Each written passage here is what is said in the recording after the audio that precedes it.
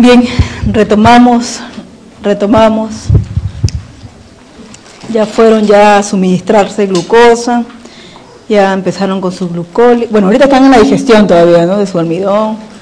Ya en un momento entrarán a esta etapa de la glucólisis para formar piruvato. Al mismo tiempo ya alguna proporción ya está almacenando glucógeno. El glucógeno estructuralmente es parecido al almidón, solamente que tiene mayor cantidad de ramificaciones. También tiene enlaces alfa 1-4 e enlaces alfa 1-6 en su punto de ramificación. Los depósitos de glucógeno en el músculo y en el hígado van a tener funciones diferentes. En el hígado está regulando la homeostasis de la glucosa en el organismo, mientras que en el músculo ese glucógeno solamente le sirve al músculo para su requerimiento energético en un ejercicio intenso. Las funciones del glucógeno representan un material de depósito a corto y largo plazo. A corto plazo, proporciona energía inmediata, ¿no? Durante un ayuno prolongado y el ejercicio intenso. ¿Cómo se forma? Para que se forme tenemos nosotros que, ya sea que la glucosa haya sido metabolizada por glucólisis anaerobia a nivel del eritrocito o el músculo esquelético, va a formar ácido láctico o lactato. En el hígado, este hace gluconeogénesis para formar glucosa. Y aquí tenemos nosotros que esta glucosa va a ser fosforilada por la glucoquinasa que se encuentra en el hígado con la presencia de una molécula de ATP para formar glucosa C-fosfato. Esta primera molécula es la molécula clave para la glucogénesis, para formar glucógeno. Entonces tenemos que la glucosa C-fosfato, ya sea que ha llegado por gluconeogénesis o la glucosa de la dieta, ¿ya? Aquí va a iniciar a través de una fosfoglucomutasa, va a cambiar la posición del fósforo, va a mutar la posición del fósforo en esta glucosa, a glucosa 1-fosfato. Y aquí tenemos que esta glucosa 1-fosfato, ya con la presencia de una molécula UTP, esta UDP glucosa pirofosforilasa va a remover los fósforos para dejarlo como UDP glucosa. Así como está, la glucógeno sintasa rompe al UDP, libera al UDP glucosa para dejar a la glucosa solita y adicionarla a una cadena de glucosa que ya está formada y la va formando aquí, va añadiendo estas glucosas. Luego una enzima ramificante va a formar estas ramas, esos puntos de ramificación para formar el glucógeno. Entonces, ¿cómo se degrada el glucógeno? Tenemos aquí al glucógeno, una porción de glucógeno con sus enlaces alfa 1-4 y con enlace alfa 1, puntos de ramificación alfa 1-6. Tenemos que la fosforilasa es una enzima que actuará como una tijera, ¿no? Empezará a cortar los enlaces alfa 1-4 y se va a detener a 3 glucosas de un punto de ramificación, de una glucosa que forma parte de un punto de ramificación, y acá se detiene.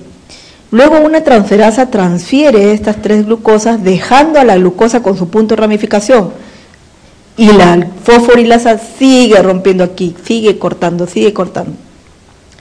Esta glucosa que ha quedado con este punto de ramificación, con este enlace alfa 1-6, tiene que ser removida.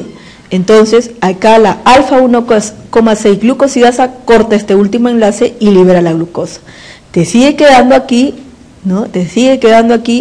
Más glucosas por cortar. ¿Quién lo va a cortar? La fosforilasa. Como una tijera empezará a cortar hasta liberar aquí glucosas.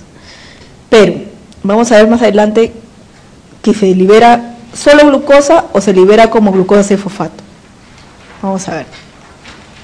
Primero vamos a responder esta pregunta.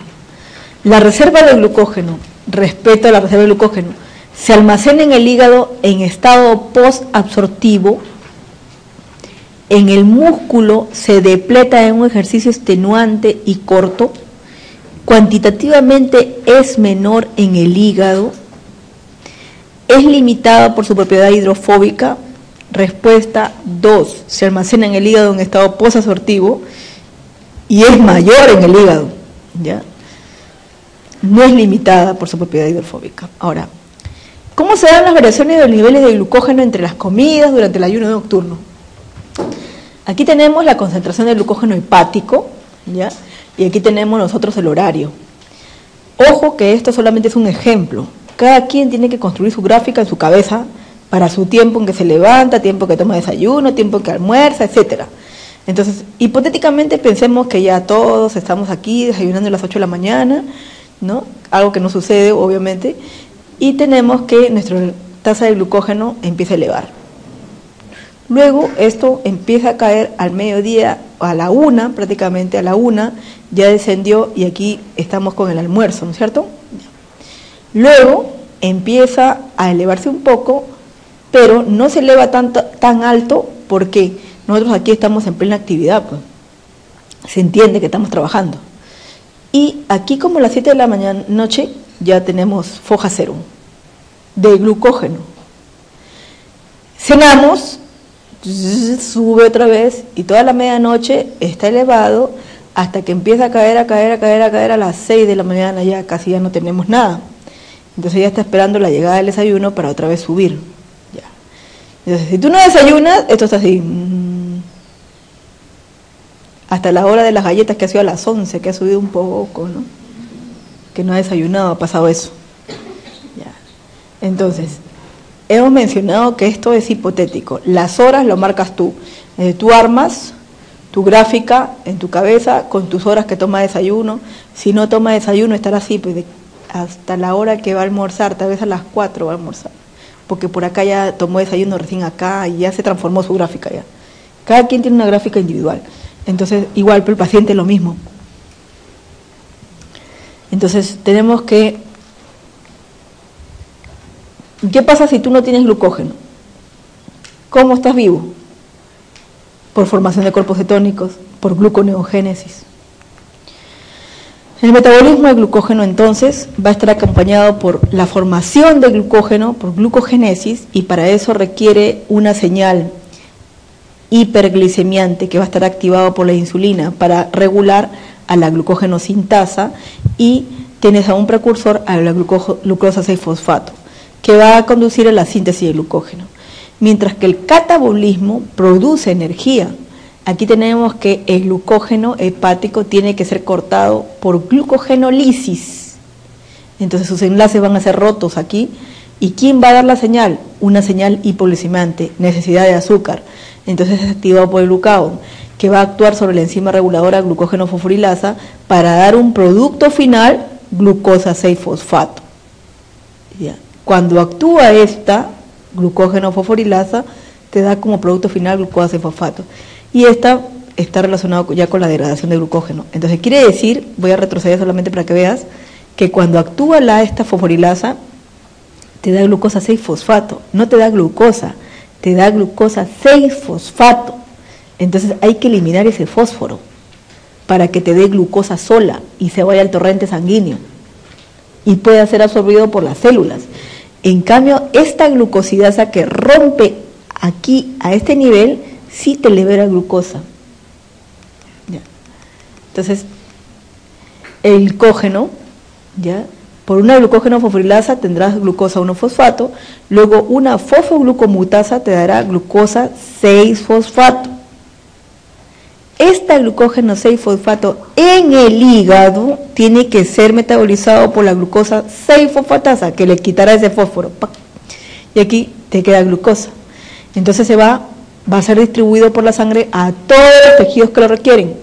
Además, esta glucosa 6-fosfato tiene la opción de irse a la vía de las pentosas, a formar ribosa, ¿ya? Y más NADPH, que se requiere para la síntesis de colesterol.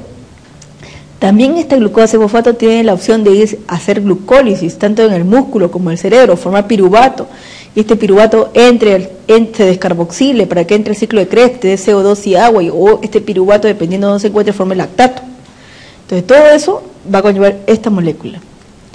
Disminución de los contenidos de glucógeno. Está relacionado con los estados de hambre, enfermedades caquetizantes, sobreesfuerzo físico, estrés, ¿no? Intoxicaciones con Clostridium perfringens, cetosis, toxemia en la gestación, hipoxia. Pero un incremento está relacionado con la presencia de glucocorticoides que se evidencia en el síndrome de Cushing, gluconeogénesis, glucogenólisis, enfermedades por almacenamiento de glucógeno y enfermedad de Pompe. Acá hay un caso, dice, un niño menor de 1 año de vida fallece por hipoglicemia severa, o sea, menor concentración de glucosa de 10 miligramos por decilitro y un aumento de ácido láctico. Al realizarse la autopsia se encuentra que el hígado presentaba 40% de glucógeno almacenado. O sea, quiere decir que él no podía hacer glucogenólisis por alguna razón. ¿Qué fallas enzimáticas metabólicas están alteradas en la hipoglicemia severa? Tenemos bajos niveles de glucosa, déficit de aporte enteral o parenteral, inadecuada conversión de glucosa, poca difinidad de precursores neoglucogénicos, pero sobre todo una reducida actividad de las enzimas que intervienen en la glucogenólisis y gluconeogénesis. Entonces, si el glucógeno está presente, la glucógeno fosforilasa más la enzima ramificante te dará glucógeno-fosfato, esta por una fosfoglucomutasa te dará glucosa 6-fosfato, y esta glucosa 6-fosfato que está aquí tiene que transformarse en glucosa a través de la glucosa 6-fosfatasa. Esta es la enzima que está dañada o que no existe. Entonces tenemos que hay ausencia, ¿no? Deficiencia del sistema glucosa 6-fosfato en la glucogenosis tipo 1. Entonces, al no poder doblarse, tenemos que el hígado, o sea, empieza a crecer por almacenamiento de glucógeno. La enfermedad del almacenamiento de glucógeno tipo 1 o enfermedad de Bone-Yerke se expresa por la deficiencia de ¿qué tipo de enzima? Glucosa 6-fosfatasa. ¿Cuál de los tejidos siguientes contiene la enzima glucosa 6-fosfatasa y puede proporcionar glucosa en sangre? El hígado. Un signo diagnóstico en la enfermedad de Bone-Yerke es la hepatomegalia por acumulación de glucógeno. Esto es debido a deficiencia de glucosa 6-fosfatasa para iniciar la glucogenólisis.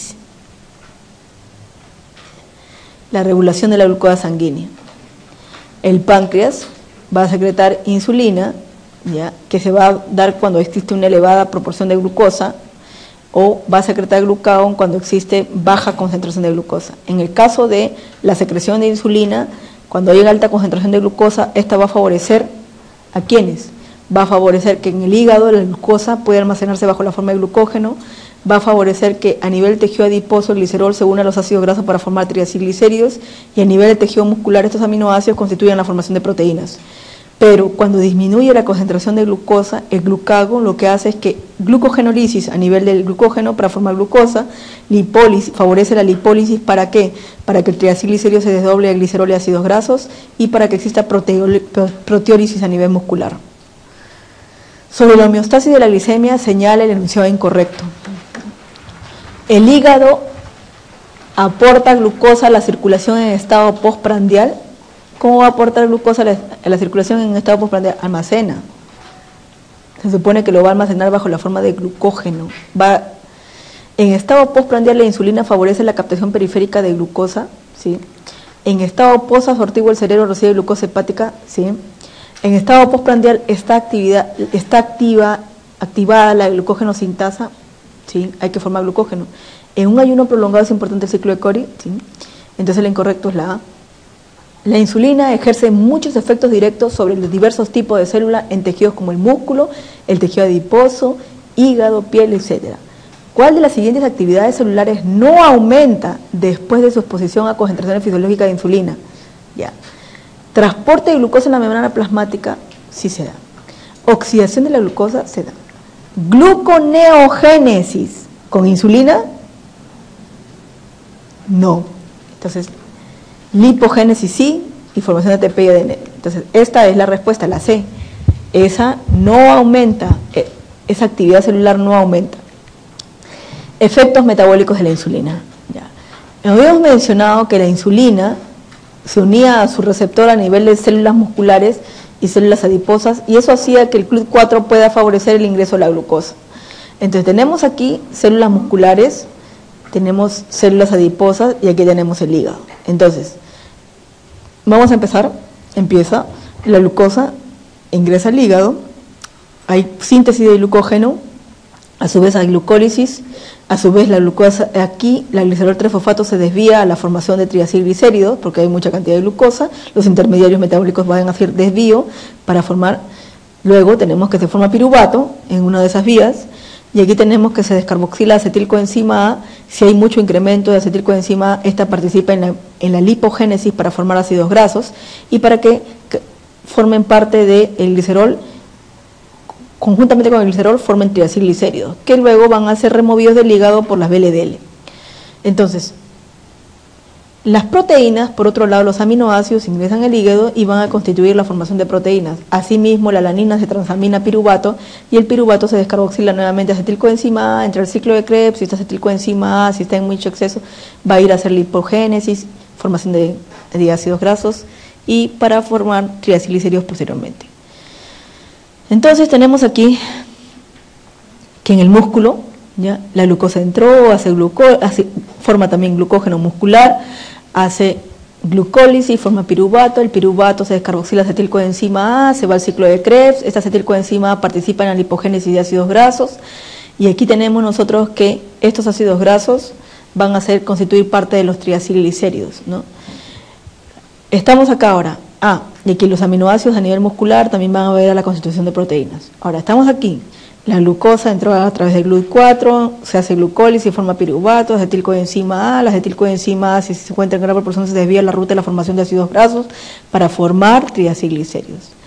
Cuando las VLL remueven los triacilglicéridos del hígado, tenemos a la lipoproteína lipasa que se va a encontrar en los capilares, que va a romper estos triacilglicéridos en las formas que le dieron origen, que son glicerol y ácidos grasos. Los ácidos grasos se realmacenan nuevamente en el tejido adiposo, y el glicerol regresa al hígado, ¿para qué? Para resintetizar nuevamente triacilglicéridos, como puedes observar acá, y a nivel del músculo también. ¿Ya? Resintetizar triacilglicéridos, almacenarse bajo la forma de grasa. Todo ese efecto lo produce la insulina. Entonces tenemos que hay hormonas contrarreguladoras de la glucosa, que tienen efectos sobre las células grasas y musculares. Esa es la hormona del crecimiento, el cortisol, que van a impedir que el GLUT4 pueda emerger a nivel de la membrana y hacer que la glucosa pueda ingresar frente a la señal que la insulina ha sido recepcionada por su receptor. Entonces, ¿qué sucede durante el ejercicio anaeróbico? ¿Qué sucede? Tenemos nosotros que la glucosa, este es el tejido muscular, hace glucólisis anaerobia, forma ATP, hace glucólisis, forma ATP, y aquí tenemos que el piruvato, a través del lactato deshidrogenasa, va a dar lugar a la formación de lactato. Para esto requiere que entre el NADH que ha sido formado en la glucólisis para nuevamente formar NAD, y nuevamente regresa a la glucólisis. Entonces, el que hace un ejercicio anaeróbico, no va a quemar grasa, porque su glucólisis va a ser anaeróbica, por lo tanto va a generar ATP, y aquí este evento se va a hacer cíclico. ¿Y a dónde se va este lactato? Al hígado, porque hay que formar glucosa en el hígado, hacer gluconeogénesis. Entonces, para que seguir quemando la glucosa. Entonces, acá hay una pregunta. Karina acaba de salir de la clase de bioquímica del presidentado. Espero que haya aprendido algo. Bueno, un amigo halógeno le arrebata el celular. Karina corre y lo alcanza a 2 cuadras. Respecto a la bioquímica del pique, o sea, de la corrida, estamos hablando, ¿no? Señala el enunciado correcto. Se observa aumento de la actividad del lactato deshidrogenasa. Hay incremento de NADH más H en el citosol, o sea, esto se incrementa en el citosol, queda incrementado, o el piruvato de la glicólisis pasa a acetilcoenzima A, se desvía la ruta de acetilcoenzima A, se produce glucogenólisis muscular. La 1 y la 4 son correctas. Esta no se va a almacenar porque rápidamente se consume en la transformación de lactato para formar NAD y nuevamente. Entonces tenemos que la A es correcta. O sea, bioquímicamente pasa eso, ¿no? No sabemos si ha recuperado su celular, pero bioquímicamente pasa eso. Ya. Aquí, entonces, nuevamente, recapitulando.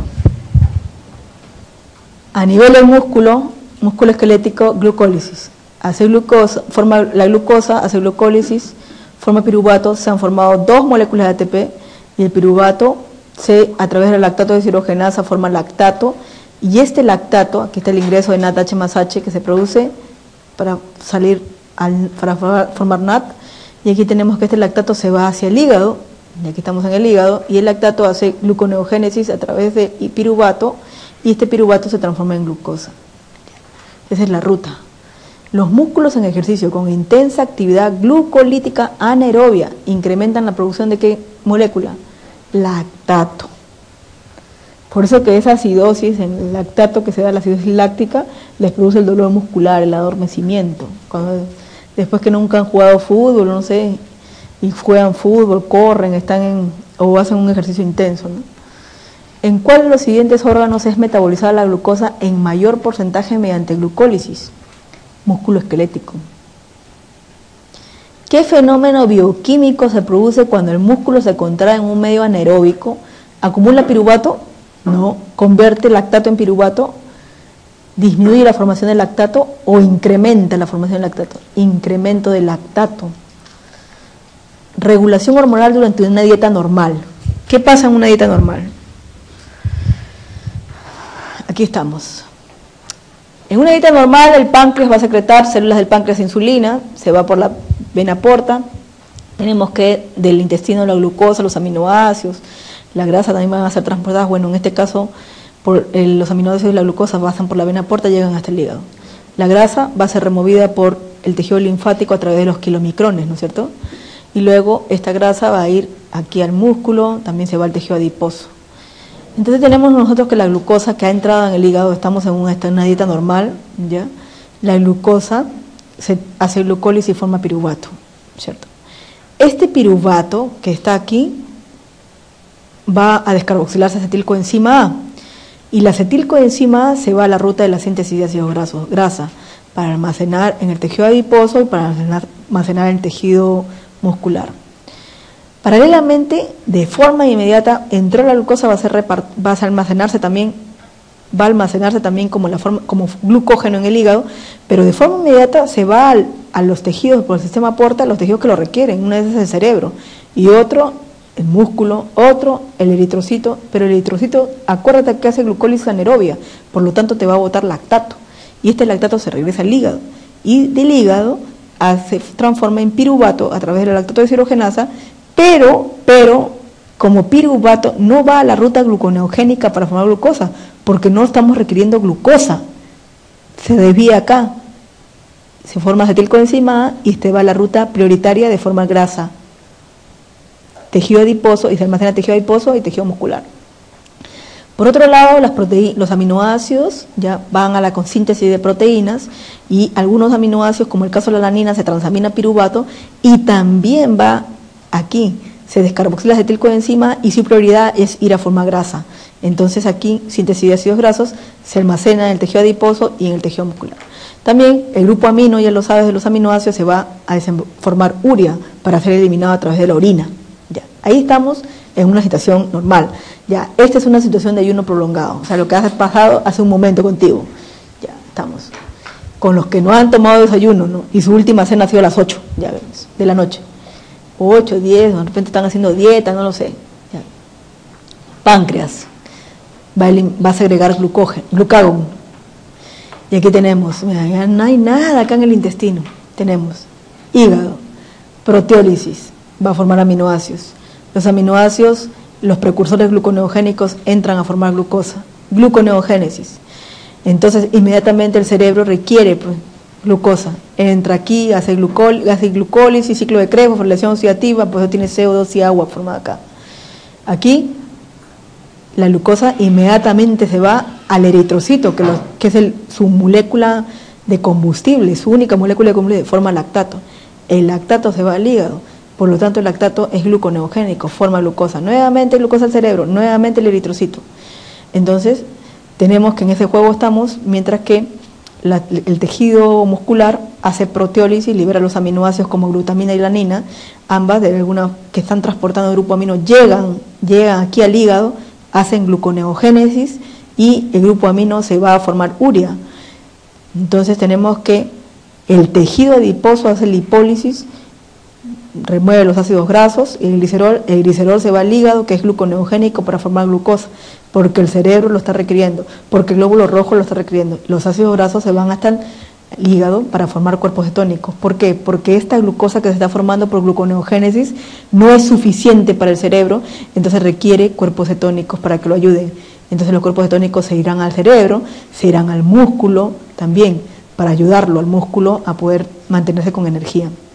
Entonces, de esta forma se va prácticamente se va a mantener el organismo en una situación de ayuno prolongado, ¿no? Ahora, hay algunas interrelaciones metabólicas. El cerebro, por si acaso, no almacena ningún combustible, pero su combustible preferido es la glucosa, y durante la inanición, cuerpos cetónicos. El músculo esquelético en reposo almacena glucógeno y en ejercicio no almacena nada. Tiene una reserva de creatinfosfato, pero en reposo su combustible preferido es ácidos grasos. El músculo esquelético en ejercicio su combustible preferido es glucosa y durante la inanición proteínas, ¿ya? Porque hace proteólisis muscular. ¿Qué combustible exporta? Lactato y alanina. El músculo cardíaco no almacena nada, el combustible preferido es ácidos grasos, también glucosa, lactato y cuerpos cetónicos, tampoco transporta nada, tampoco exporta nada. El tejido adiposo, su combustible preferido es triacilglicéridos, su combustible almacenado es triacilglicéridos y su combustible preferido es ácidos grasos. ¿Qué combustible exporta? Después de la lipólisis, ácidos grasos y glicerol. El hígado almacena glucógeno, su combustible preferido es aminoácidos, glucosa y ácidos grasos. ¿Y qué exporta? Ácidos grasos, glucosa y cuerpos cetónicos. De los siguientes sustratos energéticos, entonces, señale cuál es la principal fuente de energía empleada por el cerebro para desempeñar sus funciones. El colesterol, el glucógeno, los ácidos grasos, las proteínas o la glucosa. La glucosa, cerebro, glucosa. Posibles causas de una hipoglicemia, por ejemplo, el ejercicio intenso, un ayuno prolongado, el exceso de insulina endógena, exógena y el exceso de insulina endógena y la inhibición de la gluconeogénesis, ya sea por fármacos o por el alcohol. Entonces tenemos, ¿por qué se produce una hipoglicemia durante el consumo excesivo de alcohol? ¿Ya? O sea, ¿por qué? Si hay una hipoglicemia quiere decir que si hay una hipoglicemia no hay glucosa. Entonces, se supone que cuando nosotros estamos con bajas cantidades de glucosa, hay rutas que se activan, la gluconeogénesis, porque hay que formar glucosa a partir de lactato, glicerol o alanina. Pero hay algo que está impidiendo la gluconeogénesis. Entonces mira, primeramente vamos a ver esta ruta. Cuando consumen etanol, alcohol, y aquí no, prácticamente es un consumo excesivo, ¿no? El etanol se transforma en acetaldehído y este NAD se transforma en NADH. Ya. Este acetaldehído se transforma en acetato y este NAD se transforma en NADH. Se requiere NAD para que trabaje el alcohol deshidrogenasa. Entonces se incrementa la producción de NADH. Ya. Entonces, ¿qué va a pasar? Si tú tienes que en una glucólisis normal, en una gluconeogénesis normal, el piruvato se transforma en oxalacetato, que es precursor gluconeogénico, y este oxalacetato da lugar a la formación de fosfoenol piruvato y empieza la ruta hacia arriba para formar glucosa. Cuando hay un incremento de NADH producido por el metabolismo del etanol, el piruvato no puede irse a la formación de oxalacetato, sino que, ¿qué va a pasar? Se desvía a la formación de lactato, ¿ya? Y este oxalacetato que se puede estar formando se desvía a la formación de malato. Entonces se anula la posibilidad de transformarse en fosfonol piruvato y ir hacia arriba para formar glucosa. Entonces este incremento de NADH ha hecho eso. La ingesta de etanol disminuye la gluconeogénesis. ¿Por qué? Porque disminuye la disponibilidad de piruvato, aumenta la formación de ácido láctico, lactato, aumenta el consumo de oxígeno, aumenta la relación NADH-NAD mitocondrial, consume glucosa 6-fosfato por la vía de las pentosas. Entonces la respuesta es la A. Ante la privación de alimentos por más de 3 días, para sobrevivir el organismo recurre a los siguientes mecanismos, excepto gluconeogénesis a falta de reservas de glucógeno, descenso en los niveles de insulina y aumento del glucagón, disminuye la cetogénesis o aumenta la posibilidad de formar cuerpos cetónicos. Una persona en estado de inanición presenta a nivel sérico incremento de insulina o incremento de glucagón. Incremento de glucagón.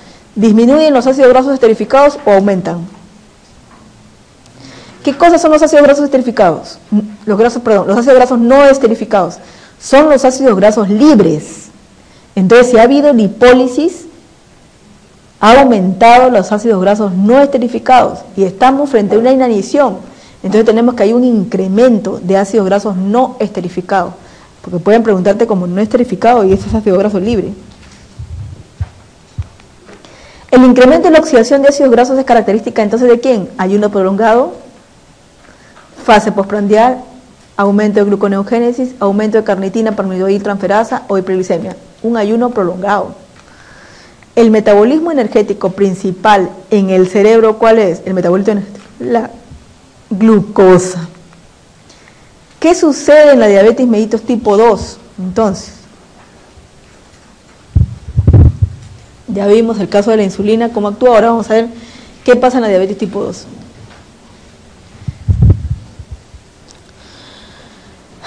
Nos ubicamos nuevamente, músculo, tejido adiposo, hígado. Empezamos con el músculo. Hemos mencionado que a nivel muscular el GLUT4 en una diabetes tipo 2 no está trabajando, ¿no es cierto? Ya. A nivel muscular el GLUT4, ese transportador, no permite el ingreso de glucosa, ya. No se forma glucosa. Por lo tanto, tampoco va a haber formación de glucógeno. Acá. Entonces, está anulada esta ruta de entrada de la glucosa. Por lo tanto, la grasa que se pueda estar almacenando acá va a hacer lipólisis para liberar los ácidos grasos. Esos ácidos grasos se oxidan y vamos a tener que se va a formar acetilcoenzima A. Esta acetilcoenzima entra al ciclo de Krebs, ¿ya? Y va a generar algo de energía. También tenemos que habrá proteólisis muscular. Por eso ves que el de diabetes tipo 2, cuando está descompensado, pierde masa muscular para generar energía. Las proteínas se queman hasta aminoácidos, una de ellas es alanina. La alanina se transamina piruvato en el mismo músculo para nuevamente formar acetilcoenzima A y entre el ciclo de Krebs. O por otro lado, se va hasta el hígado y aquí se transamina piruvato para que este piruvato haga gluconeogénesis en el hígado y forme glucosa. Está bien que aquí no va a ingresar la glucosa, pero esta glucosa se puede ir al cerebro, ¿ya? A un tejido que lo está requiriendo. Entonces, por otro lado, el piruvato en el músculo también se puede transformar en lactato y como lactato se va hasta el hígado para hacer gluconeogénesis y formar glucosa. En el músculo tampoco la glucosa puede entrar.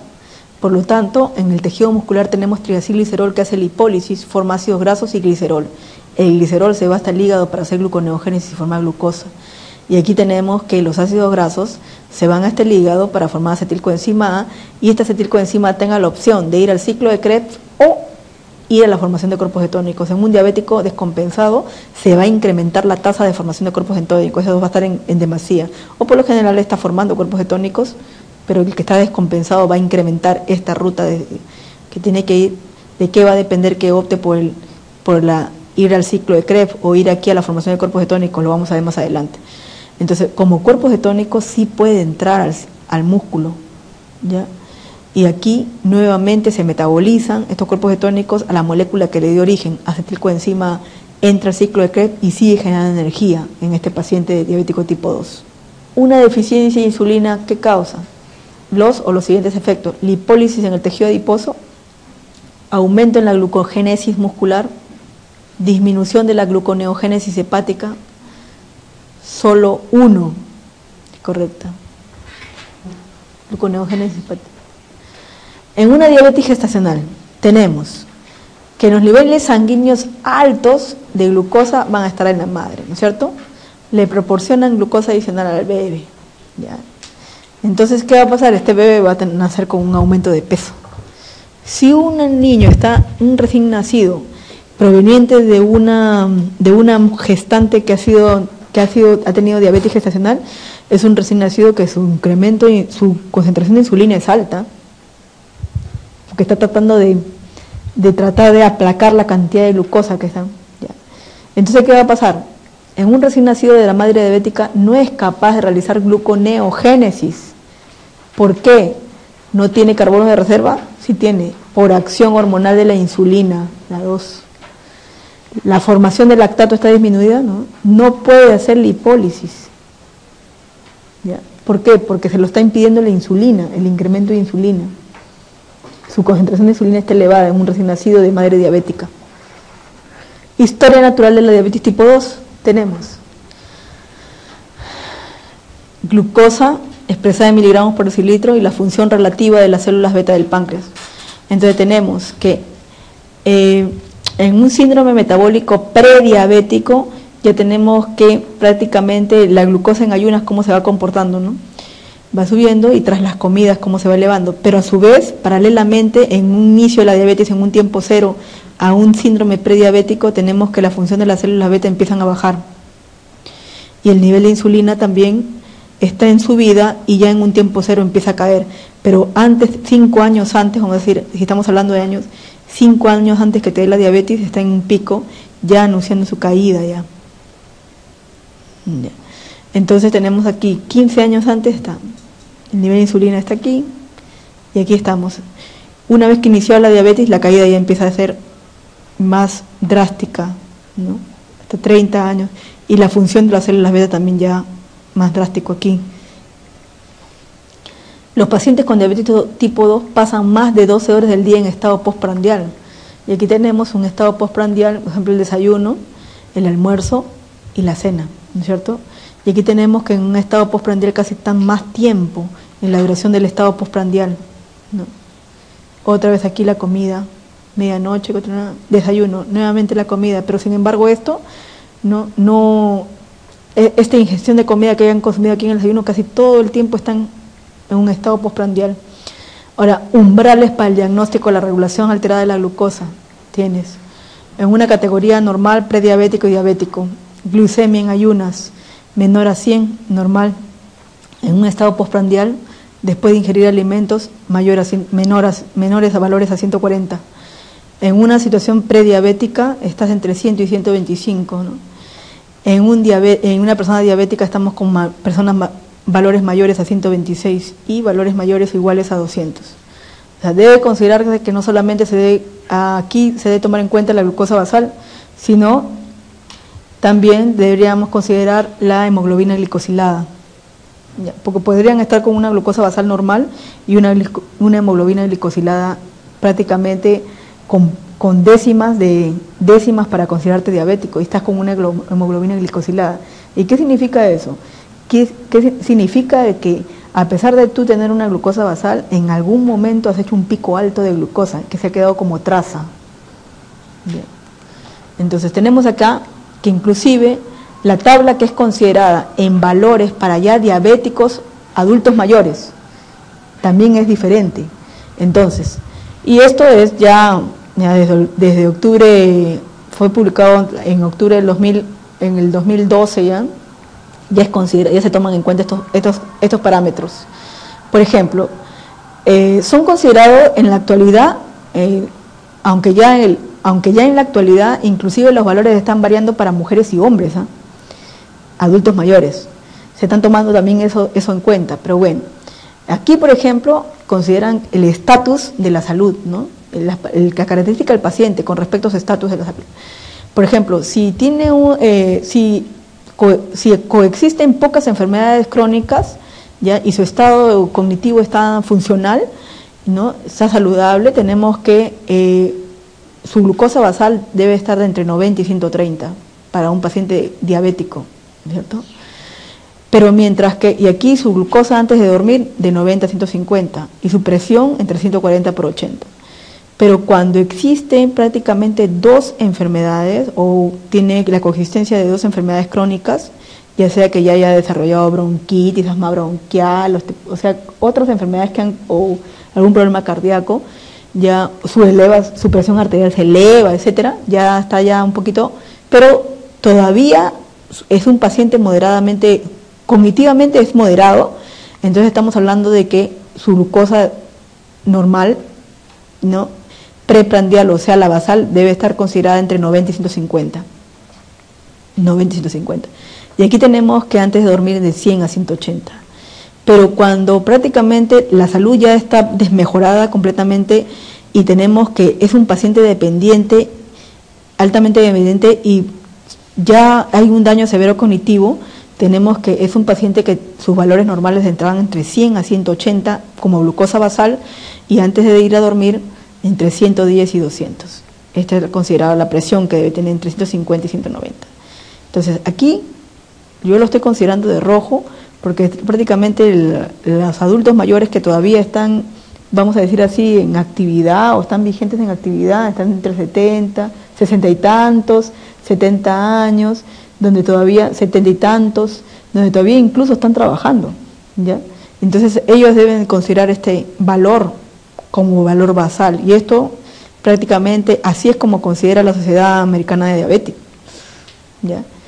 Y se toma en cuenta, ¿por qué? Porque como son personas que siempre tienen que ir a hacer un control, por ejemplo, uno de los controles es la vista, y cada vez el paciente ve menos, ¿no es cierto? Y siempre tiene que cambiar sus lentes. Entonces, ¿qué pasa? A veces los oftalmólogos, que no tienen tanto en cuenta esto, porque no están, bueno, no sé si no están actualizados, no están informados, a veces le exigen que tenga menor de 110 o cercano a 110 o 118, y realmente este es un paciente que no va a llegar a 107, 118 por la edad y porque coexisten otras enfermedades, pero este es su rango.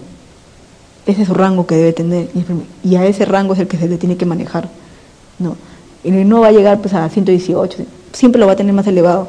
Entonces cuando no conocen eso, lo que hacen es estar enfermando a la persona diciendo, señor, sigue su glucosa alta, ¿no? Cuando la persona está en ese rango.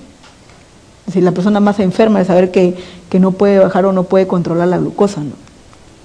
Entonces, hay algunas condiciones asociadas a la hiperinsulinemia, ¿no? La diabetes tipo 2, la hipertensión, el hiperinsulinismo, el síndrome de ovario poliquístico, acné, esteatosis hepática no alcohólica, formación de hígado graso, acantosis nigricans, hiperuricemia, ¿no? Algunas complicaciones que van a haber, una dislipidemia, ¿no? Prácticamente aumento de los triglicéridos y la HDL va a estar baja, una obesidad abdominal también. Bien, vamos a ver ahora lo que corresponde a metabolismo de lípidos, ¿ya? Hasta el perro está todo obeso en esta familia, hasta el perro está todo regordete. Y hay artículos, y una vez leí un artículo me enviaron un artículo sobre que hasta el perro hasta el perro es obeso, en toda una familia obeso, o sea, hasta el perro metabólicamente ya se parece a sus dueños ya. Y en la actualidad, el perro todo regordete, todo obeso, hasta el perro. Bien, los lípidos, como las grasas de la dieta, la grasa almacenada en las células en el tejido adiposo, los glúcidos en exceso en el hígado, va a conllevar a la formación de ácidos grasos. Y estos ácidos grasos se van a beta-oxidar para generar energía.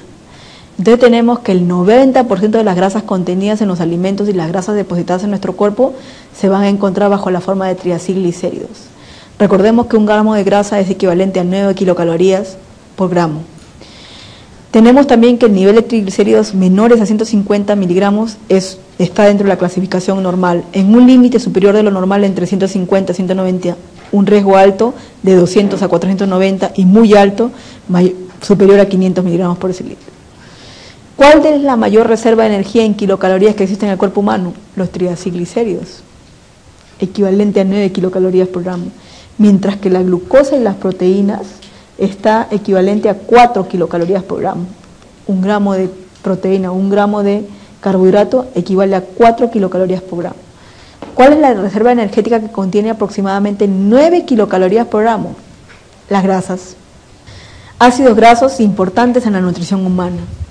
Tenemos, los ácidos grasos pueden ser esenciales o semiesenciales. En el caso de los esenciales ya debemos conocer que son ácidos grasos que tienen que ingresar por la dieta. Ahí tenemos a los famosos omega, ¿no? Omega 3 y omega 6. Tenemos entonces que los ácidos grasos pueden ser saturados o pueden ser insaturados. Los saturados corresponden a los animales, la mantequilla, el toxino, la carne, los vegetales, aceites de coco, de palma. Dentro de los insaturados tenemos a los trans y a los cis. Los trans son parte de todos los alimentos procesados, ¿no? Las aceites parcialmente hidrogenados, todo lo que se usan para cocinar, y algunas margarinas. En el caso de las margarinas que se usan para hacer todo lo que corresponde a tu galleta, tu queque, tu bizcocho, todo. Toda la repostería se realiza con margarina, no se realiza con mantequilla, se realiza con margarina. Ahora, todo alimento procesado tiene grasa trans. Todo el queso laminado tiene grasa trans. ¿Por qué?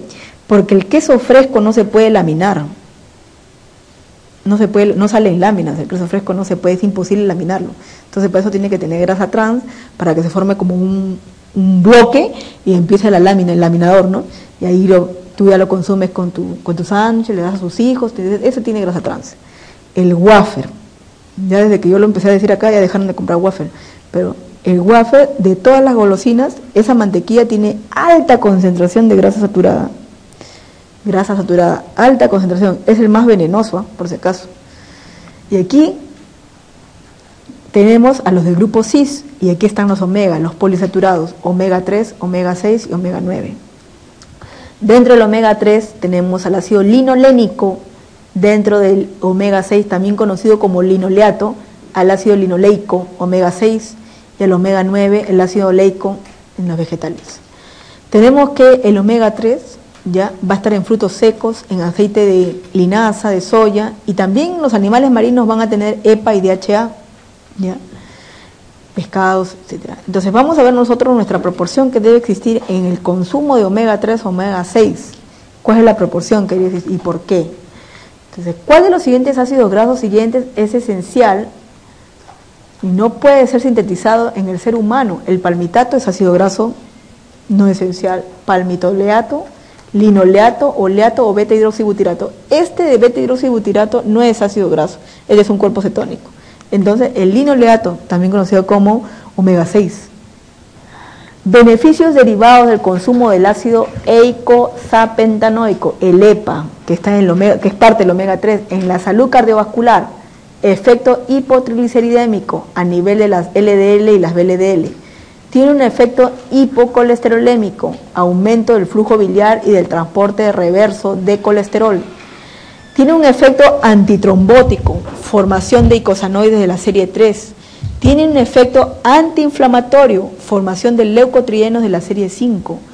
Tiene un efecto hipotensor, relajación de la musculatura vascular. O sea, todo lo que acompaña el EPA. ¿Y dónde hay omega 3? En el ajonjolí. En el ajonjolí también hay omega 3. Y el ajonjolí no cuesta muy caro. Ahora tenemos efectos metabólicos de icosanoides derivados del ácido araquidónico y ácido eicopentanoico. Miren, primero tenemos que tener que el ácido linoleico, que representa el omega 6, el ácido linoleico, que se representa el omega 3. ¿Ya? Como consecuencia, el ácido linoleico va a dar lugar a la formación de ácido eicosapentanoico, el EPA. Y el ácido linolénico va a dar lugar a la formación de ácido araquidónico. Cuando el EPA es parte de la dieta, ¿ya? O se encuentra, mejor dicho, se encuentra en mayor proporción, cuando el EPA se encuentra en mayor proporción, puede estar como sustrato, ¿ya? Va a estar como sustrato de las fosfolipasas, o forma parte de la fosfolípido de membrana y entra como sustrato acá a este nivel, ¿ya? Pero ¿qué sucede? Este EPA tendría que estar en mayor proporción para competir con el ácido araquidónico. Por eso dice que en la ingestión, ¿ya? En la ingestión de omega 6 y omega 3 tiene que haber proporciones, y la proporción está de 6 a 1. O sea, este EPA va a competir con el ácido araquidónico para que este ácido araquidónico no active las ciclooxigenasas y forme las prostaglandinas, prostaciclinas, tromboxanos y leucotrienos que van a desencadenar procesos inflamatorios. Entonces, al competir con este ácido araquidónico, desplaza para que este no pueda activar las ciclooxigenasas. Ahora, el EPA sí forma por ejemplo, prostaciclinas, tromboxanos, leucotrienos, pero prácticamente la clase de prostaciclinas, tromboxanos, leucotrienos que forman no tienen un alto efecto antiinflamatorio. No tienen un alto efecto inflamatorio, sino lo contrario, tiene propiedades antiinflamatorias. Estos metabolitos no son tan contrarrestan la aparición de otros componentes que sí gatillan la inflamación. Por eso dice que este EPA puede competir con el ácido araquidónico, pero su proporción debe ser de 6 a 1 en la dieta.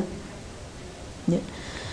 Dietas ricas en EPA y DHA aumentan la proporción de estos ácidos grasos en las membranas celulares. En el caso de los linfocitos, reducen el contenido del ácido araquidónico en las membranas de estas células por un efecto de competencia, disminuye la generación de los productos proinflamatorios derivados del omega 6.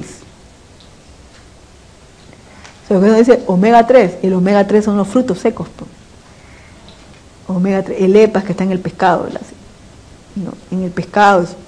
Entonces, la linaza tiene omega 3, la chía tiene omega 3, el ajonjolí tiene omega 3. Entonces eso tiene que consumir la persona ya mayor, ya adulto mayor que tiene riesgo de infarto, ahí tiene que concentrar, como una rutina, su cucharita en el desayuno, su cucharita en el mediodía, su cucharita chiquita, ¿no? Obviamente, porque dice que la cantidad de frutos secos que contienen omega 3 o la cantidad de frutos secos que uno debe conseguir, consumir solamente equivalen a lo que te puede cerrar tu puño, no más no tampoco. A ver, un cuadro comparativo entre la leche humana y la leche de vaca. Tenemos, para responder una pregunta que ha sido planteada, ¿no?, alguna vez en el banco, tenemos las proteínas en la leche materna se van a encontrar en menor proporción con respecto a la leche de vaca, pero los carbohidratos en la leche materna se van a encontrar en mayor proporción que la leche de vaca. Entonces, ¿la leche del ser humano difiere de la leche de vaca en que tiene un menor porcentaje de proteínas? Sí. ¿Un mayor porcentaje de carbohidratos? Sí. Entonces tenemos que 1 y 3 son correctas. La digestión y absorción de los lípidos.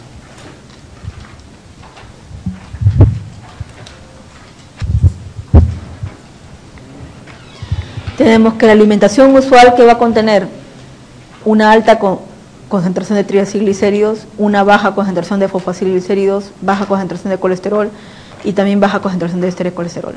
El alimento va a ingresar y a nivel del estómago habrá una pequeña cantidad de triacilglicéridos que se van a degradar, como el caso de como triacilglicéridos que tienen ácido graso de cadena corta. Este es el caso de la mantequilla, que es digerida a nivel del estómago.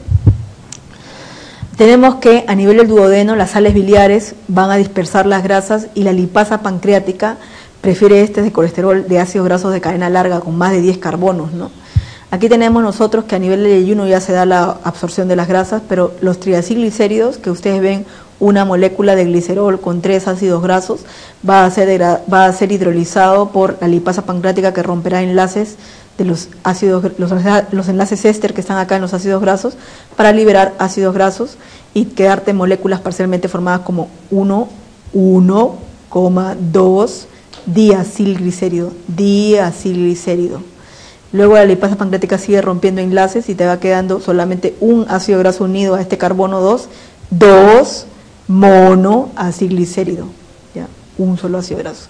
Y luego ya posteriormente se rompe este enlace, ya, y te quedan los ácidos grasos libres, ¿no? Los 3 ácidos grasos libres y tu molécula de glicerol. ¿A dónde se irá el glicerol? Al hígado. ¿Para qué? ¿A qué ruta entra? Uy, hace un ratito nomás hemos visto eso, qué barbaridad. ¿El glicerol entraría a dónde? ¿A dónde se va el glicerol? ¿Es precursor? Gluconeogénico. ¿Qué pasa? Ya mejor me voy, ya me desanimo, ya me desanimaron ya. Yo hay personas que yo ya he dejado de enseñarles porque no, me enferman. A mí cuando me llaman, Dora, ¿qué enseñar? No quiero. Ya dice que yo no enseño en pregrado, hace muchos años, por mi salud mental. Acepté de enseñar posgrado y después enseñé a enseñar presentado porque para ustedes es un repaso. Y si tú te das cuenta, yo no pongo mucho texto, son figura, para que con las vías metabólicas tú recuerdes. Pero enseñarle a alguien que no tiene mucho nivel en pregrado es muy complicado, es difícil. O sea que haces un sobreesfuerzo. Y eso a mí me pasaba cuando yo iba a las universidades particulares. O sea que tenías que ver, decías, ahora, ¿cómo le hago entender esto? Que uno más se demoraba en hacer bolitas de colores, o sea, todo, o sea, como para que... Y porque realmente es abstracto, pues, o sea, no es algo que es de la vida real, que yo, ya sí, eso pasa, ¿no? Entonces tú tenías que relacionarlo con la parte metabólica, tú ibas sintiendo, o sea, tenías que relacionarlo con la fisiología, porque más o menos entiende la bioquímica. Entonces cuando yo me cansaba bastante, y cuando yo estaba en el carro yo iba durmiendo y me cansaba, mientras cuando ya llegaba a San Fernando ya estaba cansada. Entonces yo decía, no puede ser posible que ya llegaba cansada y renegaba pues, con la gente que estaba ahí. Entonces yo decía, sí, y entonces hasta me preguntaba yo mismo, ¿por qué tengo que renegar con ellos? O sea, porque en el otro lado me he aguantado de no explotar, y entonces yo decía, de que no era justo, pues, no era justo. Pues. Entonces yo decía, no.